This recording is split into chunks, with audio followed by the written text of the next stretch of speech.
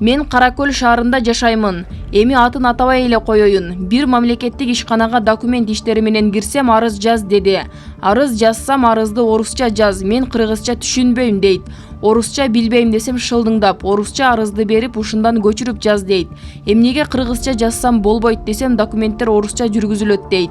Кыргызстанда жашап, кыргызча жаза албай калдыкпы деген суроом менен кайрылгым келди. Менин суроомо сөзсүз жооп берүүңүздү суранам. Анткени мен кайра ошол ишканага дагы барам. Сиз өзүңүз билген тилде, сиз мамлекеттик тилде арыз бергенге сиз толук укуктуусуз. Ал эми мамлекеттик кызматкердин сизге андай мамиле жасаганы сөзсүз туура эмес. Бул боюнча сиз жетекчилигине арыз менен кайрылыңыз. Менимче бул кызматкерге сөзсүз тартиптик чара колдонулат. Мамлекеттик тил бул орус тили дагы биздин Кыргыз Республикасында расмий тил катары таанылат. Ал эми мамлекеттик тил, негизги тил бул кыргыз тили болуп саналат. Ал эми сиз айтып аткан жергиликтүү өз алдында башкаруу, бийлик органдары, деги эле ишкана мекемелер булар мамлекеттик тилде иш жүргүзүшөт. Сиз айтып жаткан ошол бул биздин документтер орус тилинде жүргүзүлөт деген ал мындай чындыкка жатпайт. Себеби дегенде мындай бир себеп болгон учурларда, ошондой бир кандайдыр бир муктаждык келип чыккан учурларда гана иш кагаздар орус тилинде жүргүзүлүшү керек. Ал кандай учурлар? Ал ошол келген жаран мамлекеттик тилди билбесе, же анын улуту орус болсо, же болбосо деги эле бир чет элдик болгон орус тилин гана билген жаран келсе, аны биз расмий тил менен анын арызын кабыл алып, ага өзү билген тилде, расмий тилде жооп бергенге мыйзам жол берет. Себеби дегенде орус тили бизде расмий тил катары таанылат.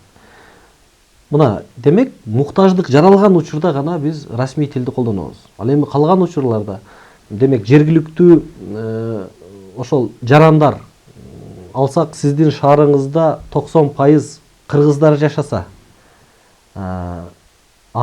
мамлекеттик ишканалар мамлекеттик документтерди, иш кагаздардын бардыгын кыргыз тилинде жазыш керек, кыргыз тилинде жүргүзүш керек. Муктаждык болгон учурларда гана расмий тилге жол берилет. Буга мисал катары мен буну айтайын. Эгерде мыйзамдарда карама каршылыктар келсе, кыргыз тилинде жазылган мыйзам менен орус тилинде жазылган мыйзамдардын ортосунда карама каршылык келсе, кыргыз тили түп нускасы болуп саналат. Демек, кыргыз тили биздин мамлекеттик тил болуп саналат. Бардык мамлекеттик ишканалар, иш кагаздар, мыйзамдардан баштап токтомдорго чейин бардыгынын түп нускасы кыргыз тилиндеги чыгарылган акты болуп саналат. Ошондуктан, урматтуу суроо ээси, сиз эгерде кайрадан ал ишканага бара турган болсоңуз, сөзсүз түрдө ошол кызматкердин аракетине сиз сиздин арызыңыз менен ал кызматкерге карата чара колдонулуш керек. Кыргыз Республикасынын мамлекеттик тили жөнүндө мыйзамы 7-берене Кыргыз Республикасында мамлекеттик бийлик жана жергиликтүү өз алдынча башкаруу органдарынын башка уюм мекемелердин иши мамлекеттик тилде зарыл учурларда расмий тилде жүргүзүлөт. 10-берене Кыргыз Республикасында мамлекеттик бийлик жана жергиликтүү өз алдынча башкаруу органдарынын расмий документтери мамлекеттик тилде кабыл алынат жана мыйзамдарда каралган учурларда расмий тилде которулат жана эки тилде жарыяланат. Мамлекеттик тилдеги документ түп нуска болуп эсептелинет. Кыргыз Республикасынын ченемдик укуктук актылары мамлекеттик жана расмий тилдеринде кабыл алынат. Тиешелүү администрациялык аймактык бирдиктин аймагында жашаган адамдардын санынын көпчүлүгү мамлекеттик тилди билген жана жергиликтүү өз алдынча башкаруунун өкүлчүлүктүү органынын тиешелүү чечими болгон шартта жергиликтүү өз алдынча башкаруунун өкүлчүлүктүү органдарынын ченемдик укуктук актыларын мамлекеттик тилде гана кабыл алууга жол берилет.